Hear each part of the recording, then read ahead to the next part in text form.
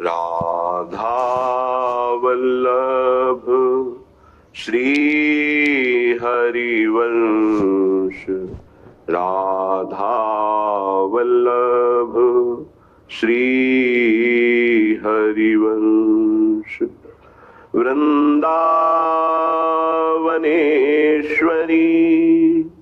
तवैव पदारविन्दम्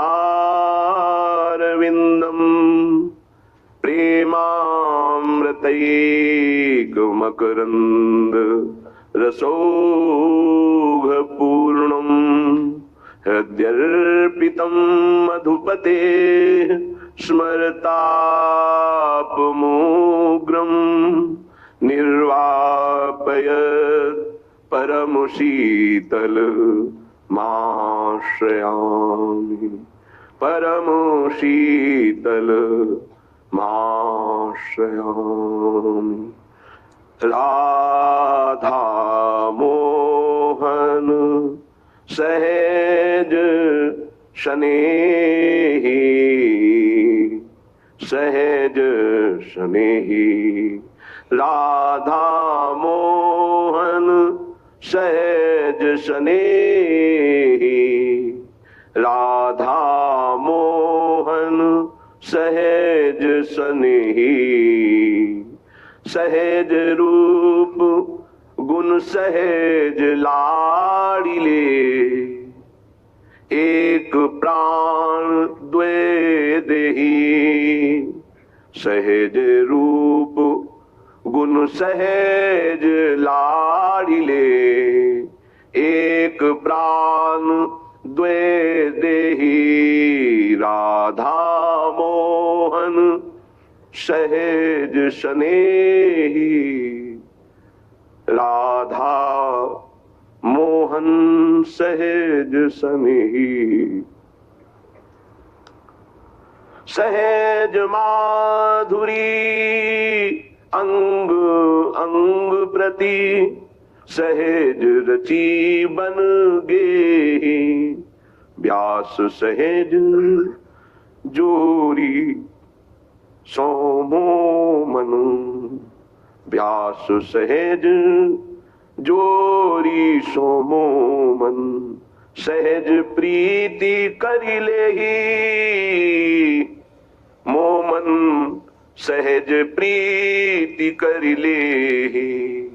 राधा मोहन सहज चिंतन के द्वारा प्रकाशित कर लेता है। जैसे उपास्य देव का स्वभाव वैसा ही उपासक का, जैसे उपास्य देव ज्ञान गुण गंभीर समुद्र के समान, ऐसे ही उपासक हो जाता है। क्योंकि उपास्य देव के चिंतन से ही उपासक की उपासना परिपक्व मानी जाती है। तो जिसका हम चिंतन करते हैं उसका प्रभाव हमारे हृदय को प्रभावित कर देता है। जैसे हम प्राकृतिक वस्तु अभी चिंतन करें, कोई खट्टी चीज का, कोई, तो अभी जबान में पानी आ जाएगा। वस्तु नहीं है, केवल चिंतन। किसी द्वेषी पुरुष का जिसने आपका अपमान किया हो, निंदा किया हो, उसका चिंतन करें, अभी गुस्सा आने लगेगा। अभी काम भाव का चिंतन करें, अभी काम भाव आ जाएगा। जब हम जिसका चिंतन करते हैं उसका प्रभाव हमारे हृदय में पड़ता है। यदि हमारा संसार का चिंतन होता रहा तो संसार विषम है, संसार दुखालय है, संसार द्वंद्व में है। तो उपासक द्वंद्व में फंस जाएगा, विषमता में फंस जाएगा, दुख में फंस जाएगा। प्रभु द्वंद्वातीत है, प्रभु सुख राशि है, आनंद राशि है, सहज कृपालु है, समस्त सद्गुणों के भंडार हैं।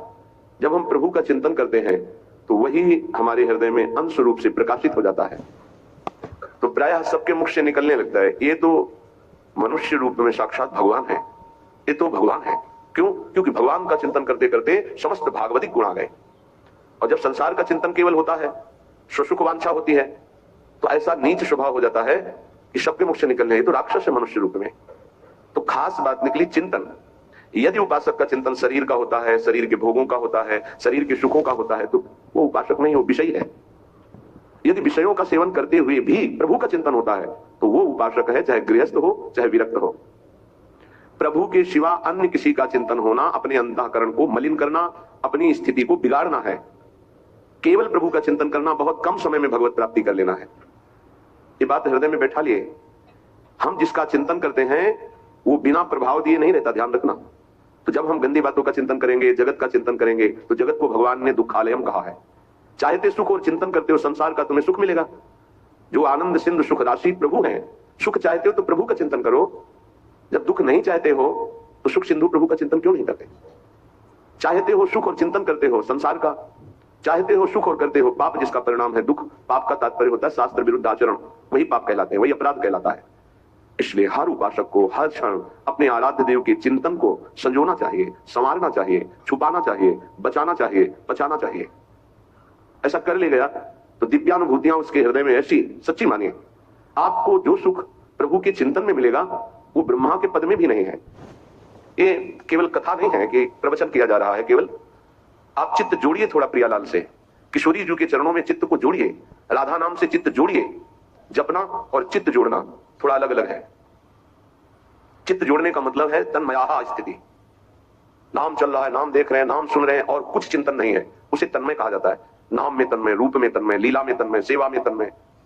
बिना तन्मय के चित्त संसार का चिंतन करता है और क्रियाएं भागवतिक होती हैं तो आनंद का अनुभव नहीं होता। इसका उल्टा हो तो आनंद का अनुभव हो जाए। क्रियाएं भले व्यवहारिक सांसारिक हो, चिंतन भागवतिक हो, यह कठिन बात पड़ती है। इसीलिए प्राय अध्यात्म में जल्दी मन टिकता नहीं है, व्यवहार में ही मन जाता है।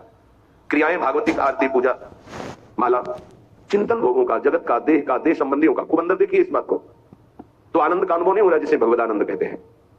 इसीलिए श्रीपाद प्रबोधानंद जी महाराज कह रहे हैं, अशुलभमिहि लोके लब्धुमिच्छस्य यत्नाद् यदि विपुल धन स्त्री पुत्र गेहोत्तमादि करनिपत मुक्तिम कृष्ण भक्तिम च कांक्षत यदि वस परधामयी वाद्य वृंदावनाख्यम।